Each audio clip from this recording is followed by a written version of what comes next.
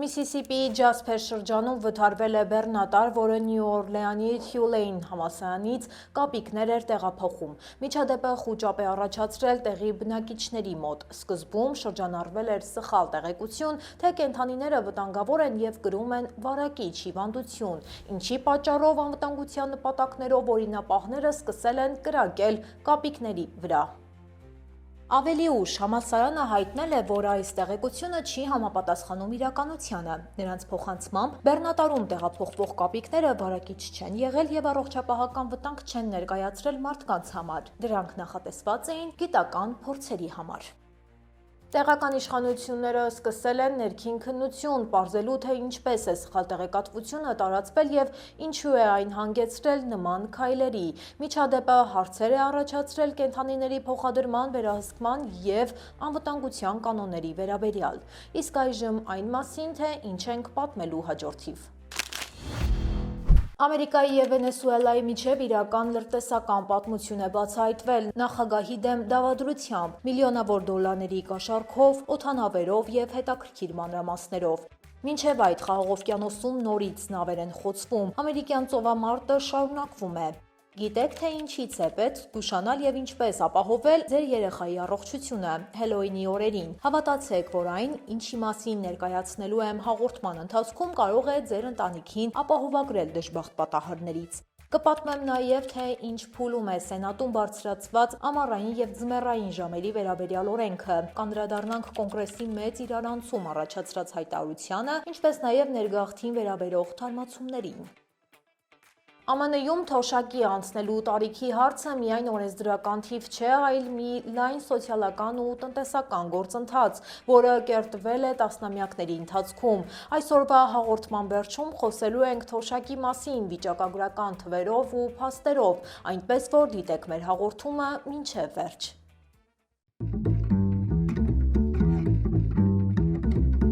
Բարև ձեզ, դուք միացել եք Glendale Newsroom-ին, ես Լենա Կարապետյանն եմ և ինչպես միշտ ձեզ կպատմեմ Միացյալ Նահանգներում տեղի ունեցող ամենաքննարկվող իրադարձությունների մասին։ Վերջին օրերին ձեր կողմից ցուցաբերված ակտիվությունը իսկապես օգնում է մեզ, մենք շատ ենք գնահատում ձեր աջակցությունը, սիրով կարդում ենք բոլորիդ մեկնաբանությունները և կարծիքները։ Կխնդրեմ շարունակեք օգնել մեզ լայքերով ու կոմենտներով, իսկ այժմ անցնենք այսօրվա թեմաներին։ ԱՄՆ զինված ուժերը Խաղաղ օվկիանոսում կրկին ոչնչացրել են 4 ենթադրյալ թմրամիջոց տեղափոխող նավեր, ինչի արդյունքում զոհվել է շուրջ 14 մարդ, միայն 1 մարդ է ողջ մնացել։ Պաշտպանության նախարարը X-ի հարթակում գրել է, որ գործողությունները իրականացվել է 3 թիրախի ուղղությամբ, սակայն պայթյունների հետևանքով վնասվել է նաև 4-րդ նավը։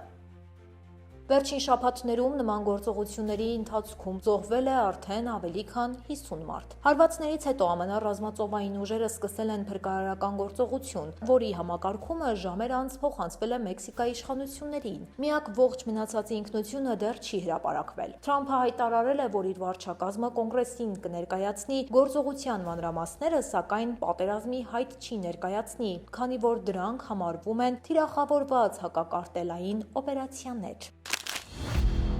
ԱՄՆ-ում մշտական ամառային ժամանակ սահմանելու նախաձեռնությունը կրկին կանգ է առել։ Սենատը երեքշաբթի քննարկել է տարին 2 անգամ ժամի փոփոխության պրակտիկայի դադարեցնելու առաջարկը, սակայն ընդհանուր համաձայնության գալ չի հաջողվել։ Նախաձեռնությունը ներկայացրել է հանրապետական սենատորը, իսկ դեմ է արտահայտվել Թոմ Քոթոնը։ Թեև նախագիծը դեռ 2022-ին միաձայն ընդունվել էր և այժմ ստացել է նաև նախագահ Թրամփի աջակցությունը, սակայն կոնգրեսը կրկին չի հասել որոշման։ Արդյունքում երկիրն այս կիրակի օրվանից կրկին կանցնի ստանդարտ ձմեռային ժամանակի, շարունակելով ավանդույթը, որը շատ ամերիկացիների կարծիքով վաղուց պետք է վերանայվեր։ Հոլիվուդում Սանսեթ բուլվարում տեղի ունեցած գիշերային հարձակումը դարձյալ ուշադրություն է գրավել քաղաքի անվտանգության հարցի վրա։ Առավոտյան ժամը 3-ին Բերիս Փիցայի ավտոկայանատեղիում զինված տղամարդը հարձակվել է մի անցորդի վրա, զենքով սպառնալով փորձել է կողոպտել նրան։ Զոհը փորձել է փախչել, սակայն հարձակվողը նրան տապալել է գետնին, հարվածել գլխին և պահանջել նրա թանկարժեք ժամացույցը։ Ոստիկանության տվյալներով հանցագործը ժամացույցը վերցնելուց հետո նստել է սպասվող մեքենան եւ հեռացել տարածքից։ Տուժողը հոսպիտալացում չի պահանջել, սակայն հայտնել է, որ գողացված ժամացույցը շվեյցարական էր եւ արժեր մոտ $77,000։ Լոս Անջելեսի ոստիկանությունը հայտնել է, որ կասկածյալները դեռ չեն հայտնաբերվել եւ հորդորել է քաղաքացիներին, ովքեր ականատես են եղել դեպքին կամ տարածքի անվտանգության տեսախցիկներից տեսանյութեր ունեն, կապ հաստատեն Հոլիվուդի ոստիկանության բաժնի հետ։ Associated Press-ի տեղեկություններով ԱՄՆ ներքին անվտանգության վարչության գործակալ Էդվին Լոպեսը ավելի քան 1 տարվա ընթացքում փորձել է Վենեսուելայի նախագահի գլխավոր օդաչուին ներգրավել դավադրության մեջ։ Լոպեսը նրան առաջարկել է գաղտնի կերպով շեղել նախագահի ինքնաթիռը դեպի այն վայր, որտեղ ամերիկյան ուժերը կկարողանային ձերբակալել նրան, խոստանալով դրա դիմաց հարստություն եւ անվտանգ ապաստան։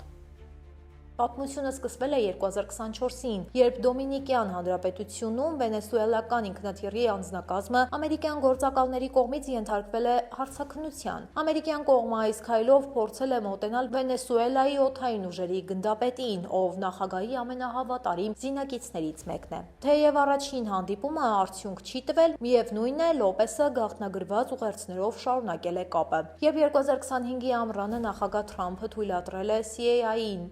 Վենեսուելայում իրականացնել գաղտնի գործողություններ եւ այն բանից հետո, երբ հայտարարել է նախագահի գլխի համար $50 միլիոն պարգև, Լոպեսը կրկին դիմել է Վիլեգասային, փորձելով նրան համոզել, սակայն օդաչուն մերժել է, ասելով, որ վենեսուելացիները չեն վաճառվում։ Վենեսուելական պետական հեռուստաընկերությունը պատմությունը ներկայացրել է որպես Մադուրոյի դեմ ամերիկյան դավադրության ձախողում, Վիլեգասային ներկայացնելով որպես հայրենասեր եւ հավատարիմ սպա։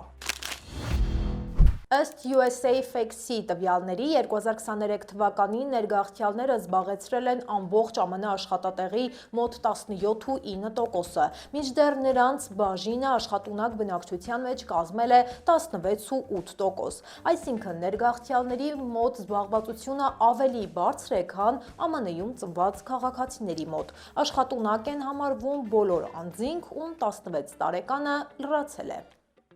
Ամենամեծ տարբերությունը նկատվել է կրթության եւ առողջապահության ոլորտներում, որտեղ աշխատում է ներգաղթյալների 22%-ը, իսկ տեղացիների 24.2%-ը, ինչը ցույց է տալիս, որ ներգաղթյալները ավելի հաճախ ընդգրկված են շինարարության, սպասարկման եւ արտադրության ոլորտներում, որտեղ պահանջարկը մեծ է, բայց աշխատավարձերը համեմատաբար ցածր։ Տարածքային տարբերությունները նույնպես նշանակալի են։ Կալիֆոռնիայում ներգաղթյալները կազմում են աշխատուժի 33.3%-ը, ինչը երկրի ամենաբարձր ցուցանիշն է, իսկ Միսիսիպիում նրանց բաժինը ընդամենը 3.4% է, ամենացածրը։ Այս տվյալները փաստում են, որ ներգաղթյալները շարունակում են կարևոր դեր խաղալ ամերիկյան տնտեսության մեջ, բազմաթիվ նահանգներում լրացնելով աշխատուժի պակասը։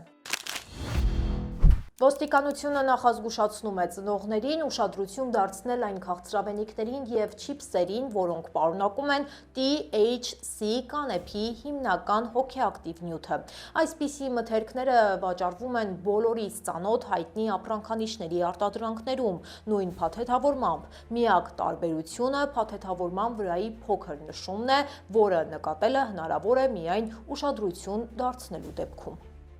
Այս հանգամանքը ավելի է մեծացնում վտանգը երեխաների համար, հատկապես ուշադիր է պետք լինել Հելլոուինի օրերին, քանի որ երեխաները անծանոթ անձանցից ստանում են բազմաթիվ քաղցրավենիքներ, ինչի հետևանքով ռիսկը բազմապատկվում է։ Իրավապահների խոսքով որոշ ամբարեխիղճ վաճառողներ եւ օնլայն շոփեր հաճախ առանց համապատասխան տեղեկության են տարածում նման ապրանքները։ Արդյունքում երեխաներն ու դեռահասները կարող են պատահաբար ուտել THC պարունակող քաղցրավենիք, չիմանալով դրա բաղադրության մասին։ Բժիշկները նշում են, որ նույնիսկ փոքր քանակությունը կարող է առաջացնել գլխապտույտ, սրտխառնոց, հալյուցինացիաներ կամ գիտակցության կորուստ։ Ոստիկանության եւ առողջապահական ծառայությունները հորդորում են ծնողներին մանրակրկիտ ստուգել երեխաների ստացած բոլոր քաղցրավենիքները, խուսափել բաց կամ անծանոթ փաթեթներից եւ ուշադրություն դարձնել արտադրանքի վրայի նշումներին։ ԱՄՆ կոնգրեսի նոր զեկույցը մեծ իրարանցում է առաջացրել, պնդելով, որ Ջո Բայդենի մի շարք գործադիր հրամաններ կարող են լինել անվավեր, քանի որ դրանք ստորագրվել են ոչ թե անձամբ նախագահի, այլ ավտոմատ ստորագրող սարքի Auto-Pen-ի միջոցով։ Զեկույցը հրապարակվել է երեքշաբթի հանրապետականների վերահսկողության հանձնաժողովի կողմից։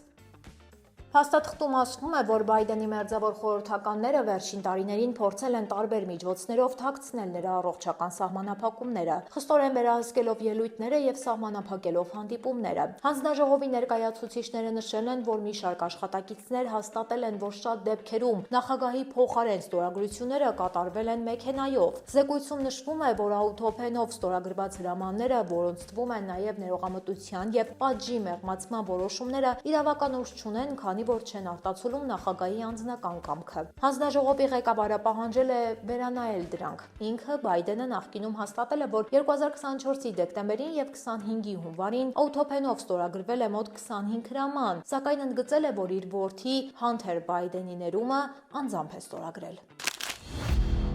Թրամփի վարչակազմը ներգաղթի եւ մաքսային ծառայության խոշոր կադրային փոփոխություններ է սկսել, նպատակ ունենալով ուժեղացնել IC եւ սահմանապահ ծառայության համագործակցությունը եւ արագացնել զանգվածային արտաքսումների գործընթացը։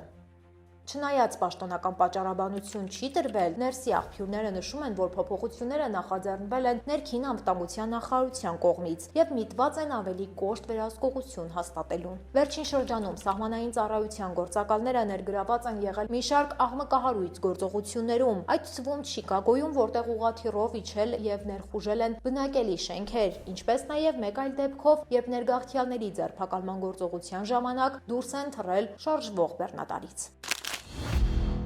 Սիրելի հետևորդներ, մինչև թողարկման մյուս կարևոր նորությունների մասին խոսելը, եկեք տեսնենք, թե ինչ է հրապարակված մեր Facebook-յան էջում։ Փոստային եւ լոգիստիկ հսկա UPS ընկերությունը հայտարարել է, որ 2025 թվականի առաջին 9 ամիսներին կրճատել է շուրջ 48000 աշխատատեղ, որոնցից 14000-ը կառավարման, իսկ 34000-ը առաքման եւ բեռնափոխադրման ոլորտում։ UPS-ի ղեկավարությունը ստիպված է գնացել այս քայլին, քանի որ տարվա սկզբից նրա բաժնետոմսերի արժեքը նվազել է ավելի քան 20%-ով, իսկ վերլուծաբանների կարծիքով ընկերությունը փորձում է վերակազմավորել իր բիզնես մոդելը, մրցունակ մնալու համար ավտոմատացման եւ էլեկտրոնային առևտրի աճող դերի պայմաններում։ ԱՄՆ զինված ուժերի նոր կարգապահական կանոնների համաձայն չսափրված զինվորականներին արգելվել է մասնակցել Կորեայի Հանրապետությունում պաշտպանության նախարար Փիթ Հեքսեթի հանդիպումներին։ Նոր հրահանգը տարածվել է Օսանի ռազմաօդային բազայի եւ հարակից ստորաբաժանումների վրա, պահանջելով, որ հանդիպմանը մասնակցեն միայն մաքուր սափրված զինծառայողները։ ԱՄՆ խոշորագույն օդանավակայաններում շարունակում է տիրել թռիչքների քաոս, քանի որ շաթդաունի պատճառով օդային վերահսկիչների զգալի մասը չի ստանում աշխատավարձ եւ հրաժարվում է աշխատել։ Ըստ հաղորդագրությունների, հատկապես ծանր իրավիճակ է Լոս Անջելեսում, Նյու Յորքում, Թեքսասում եւ Ֆլորիդայում, որտեղ հարյուրավոր թռիչքներ հետաձգվել կամ չեղարկվել են։ Շատ դիսպեչերներ վերցնում են հիվանդության արձակուրդներ կամ նույնիսկ աշխատում են սննդի առաքման ծառայություններում, որպեսզի կարողանան հոգալ իրենց ծախսերը։ Եթե ձեզ հետաքրքրում են նման նորությունները եւ ցանկանում եք մշտապես լինել տեղեկացված, ապա անպայման հետևեք մեր Facebook-յան էջին։ Մենք ամեն օր ձեզ համար պատրաստում ենք կարևոր եւ վստահելի տեղեկություն հակիրճ, պարզ ու հետաքրքիր ձևով։ Ամերիկայի 25 դեմոկրատ նահանգներ դատի են տվել ԱՄՆ գյուղատնտեսության նախարարությանը բողոքելով SNAP սննդային օգնության ծրագրի դադարեցման որոշման դեմ։ Դաշնային վճարումները կարող են դադարել արդեն այս շաբաթվա վերջին։ Հայցը ներկայացվել է Մասաչուսեթսի դաշնային դատարան եւ նահանգները պնդում են, քանի դեռ կոնգրեսի կողմից հաստատված ֆինանսավորումը պահպանվում է, նախարարությունը պարտավոր է շարունակել սննդային օգնության տրամադրումը։ Նրանք պահանջում են, որ գերատեսչությունը օգտագործի պահուստային միջոցները, որպեսզի խուսափի ծրագրի դադարեցումից։ SNAP ծրագրից կախված է շուրջ 42 միլիոն ամերիկացի, որոնց EBT քարտերը սովորաբար լիցքավորվում են ամեն ամսվա 1-ին։ Սակայն նախարարության հայտարարությամբ հավելյալ միջոցներ չեն տրամադրվի, քանի դեռ շաթդաունը չի ավարտվել։ Իրավաբանների գնահատմամբ սա ամբողջ երկրում կարող է հանգեցնել սննդային ճգնաժամի։ Հայցը ստորագրել են 22 նահանգների եւ Վաշինգտոն DC-ի գլխավոր դատախազները, ինչպես նաեւ Քանզասի, Քենթաքի եւ Փենսիլվանիայի նահանգապետերը։ ԱՄՆ-ում թոշակի անցնելու տարիքի թեման այսօր դարձել է ոչ միայն սոցիալական, այլ նաև տնտեսական կարևորագույն ցուցիչ։ Կյանքի տևողության աճի եւ աշխատաշուկայի փոփոխության պատճառով պետական համակարգում թոշակի տարիքը աստիճանաբար բարձրանում է, հասնելով մինչև 67 տարեկանի։